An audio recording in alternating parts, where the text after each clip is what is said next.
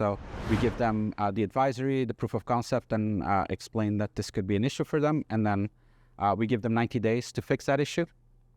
And then once they've patched that issue, we will publish our research. Welcome to episode 4 of the Talos Threat Perspective, a regular dive into the threats and topics that impact us all. On today's episode, we'll count down the top 3 vulnerabilities that our team has discovered so far this year. Plus, my guest Yves Younan will talk about how his team mirrors what the attackers do in order to find previously undiscovered vulnerabilities. So stay tuned.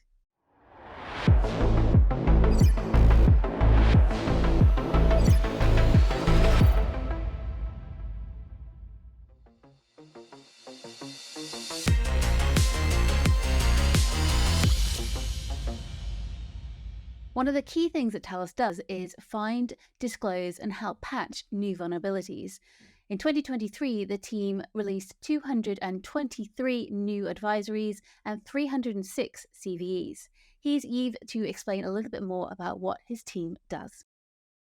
We look for vulnerabilities in everything and anything that our customers could be using. So that could be software, IoT, ICS. Those are the main 3 areas that my team focuses on. So software could be Microsoft Windows, Adobe PDF, anything and everything that they could be using. Now, we often get asked about our process for finding new vulnerabilities. Well, it's actually not that different from how an attacker goes about it. We just skip the exploitation part. So we do fuzzing, where we find a lot of our vulnerabilities are found through fuzzers that we build. We also use existing ones and modify them to our needs. We also do source code analysis, binary analysis to find vulnerabilities. So once we found a vulnerability, we have to have a proof of concept. So with the fuzzer, we get that kind of free, but we have to minimize it to make sure that it's as tight as possible, so it makes it easier to analyze. And then afterwards, we have to figure the root cause of the vulnerability. So the root cause is what is causing that crash, for example, in a fuzzer. Once we have that root cause, we will document our vulnerability, explain how it would be exploited by an attacker, and then we package all that up and send that over to our analyst team who build the detection content for that goes into Cisco security products.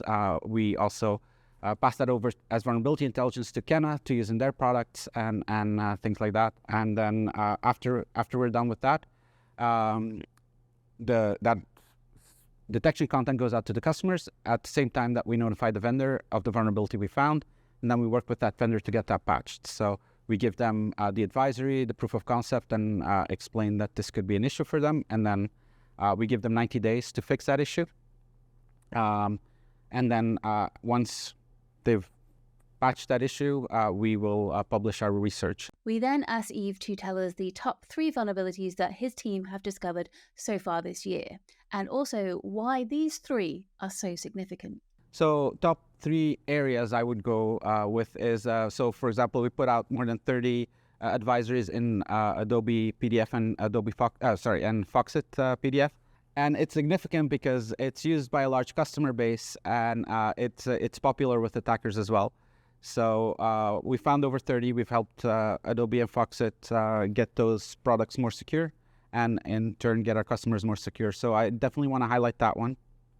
Now we've done a lot of work with Microsoft Windows this year. We found some vulnerabilities in the Windows kernel that could allow attackers to basically gain privilege escalations and stuff like that. And then we did also some research in the LLM area.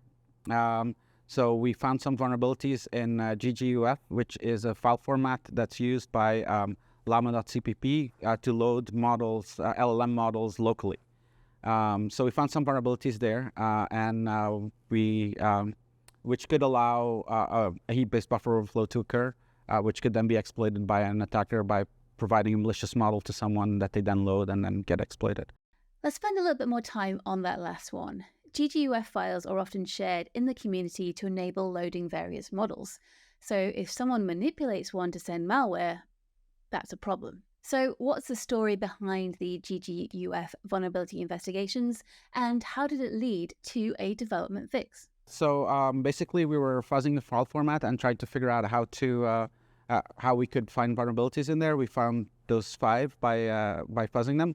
I do have to point out that Databricks found them at the same time as us and also notified the vendor. Then the vendor fixed them very quickly, the maintainer, I should say, of that open source product fixed those very quickly.